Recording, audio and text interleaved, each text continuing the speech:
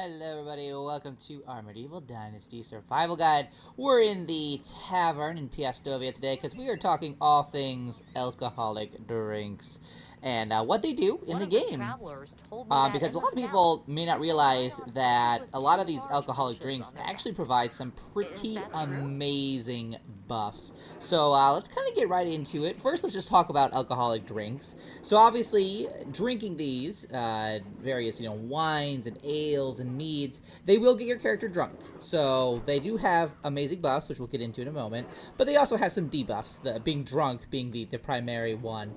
And being drunk is rather, it's like the worst thing in the game, but it does kind of have you like stumbling around, and it's hard to control your character, and so it can be kind of hard to get things done in a very efficient or even just at all, especially if like you're in combat and you're drunk and you can't aim. Like it's not ideal situation. So kind of keep that in mind. And there's a way that you can handle that, and I'll get to that in just a moment as well.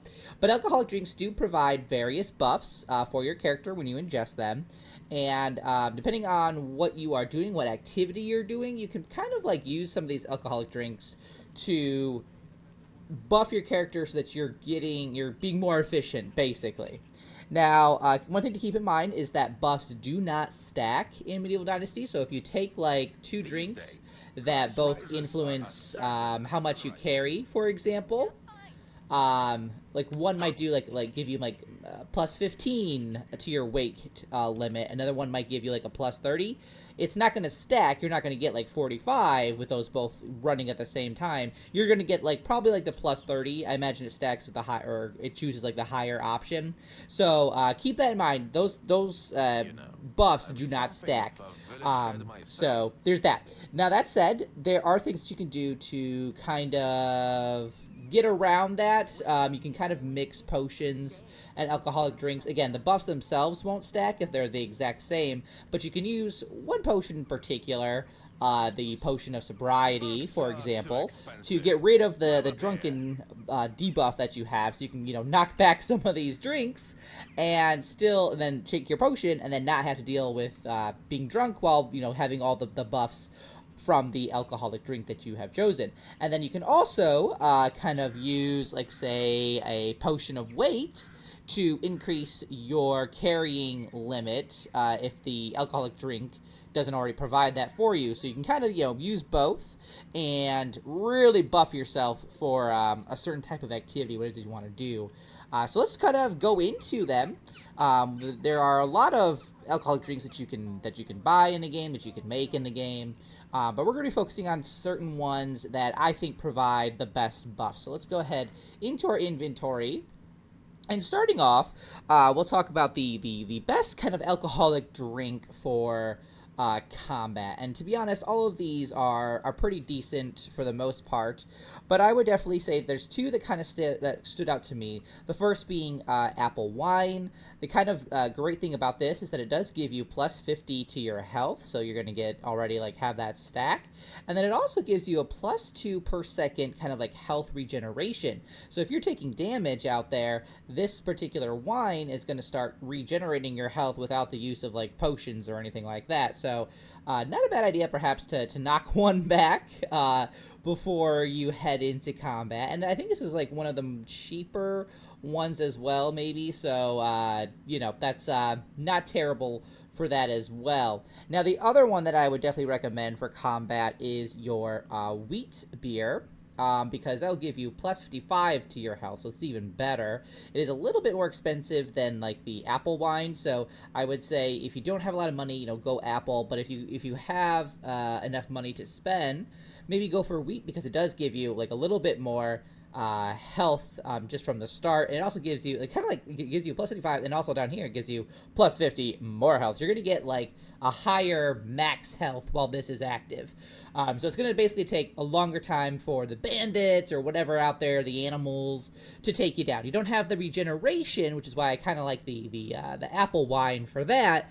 But you are gonna have with the wheat beer, you are going to have just a higher health max going on in. So that could be potentially very useful.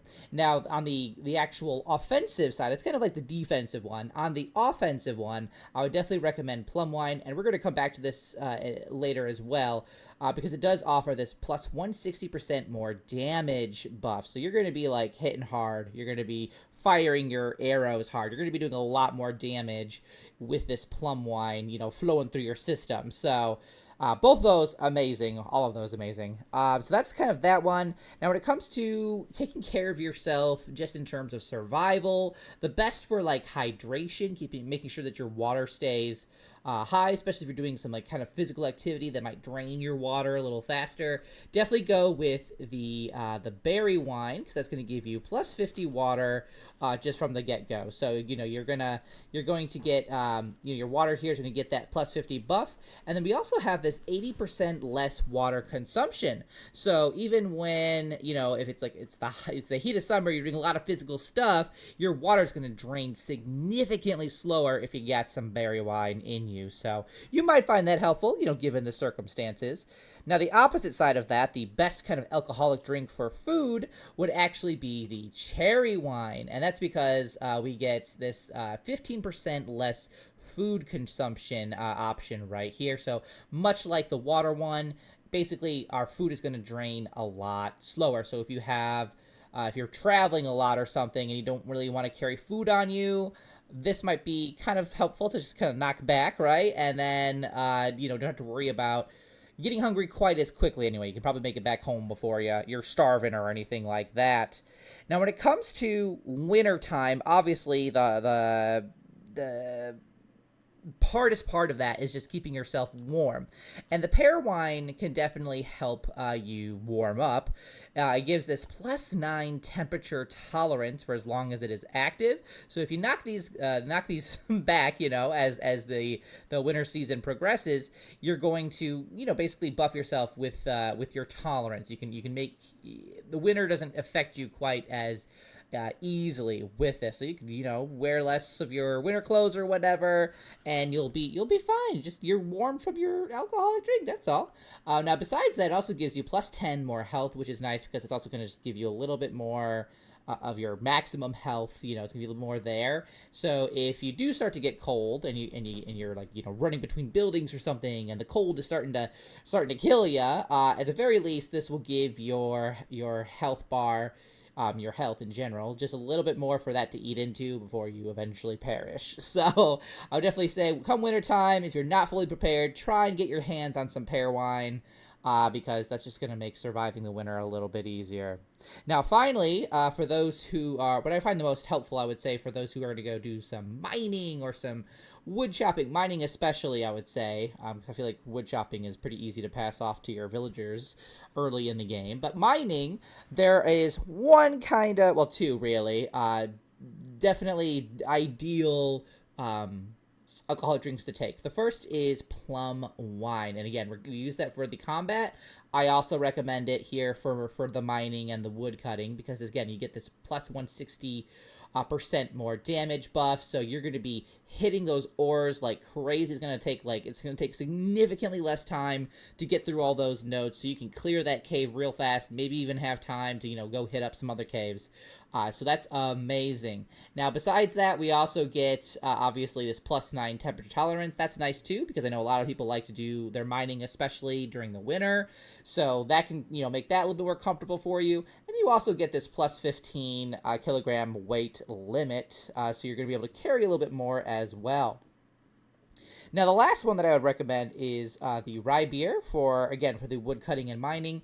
This is definitely ideal for after you have done all of your mining or your wood cutting. You got to bring all that home with you, and you might realize, ooh, this is a little too heavy for me. I would say knock back the rye beer instead of the plum wine. Get rid of this. Have this one become active instead, because it's going to give you the plus 30 kilogram weight limit, which is not bad. There's definitely potions of weight out there that are a little bit better, but this is nothing to this is pretty nice as well. And especially if you're making your own beer at this point, it's worth it, I would say. So this is going to allow you to carry a little bit more and just make life a little bit easier for you. But that is alcoholic drinks. Definitely use them. Make sure you take your potions of sobriety so that you can use them without the debuff, and just make life a little bit easier. So let me know what you guys think about your alcoholic drinks, which is your favorite in Medieval Dynasty that you like to use, your strategies and all that, and I will see you guys in the next one. Until then, keep surviving and keep thriving.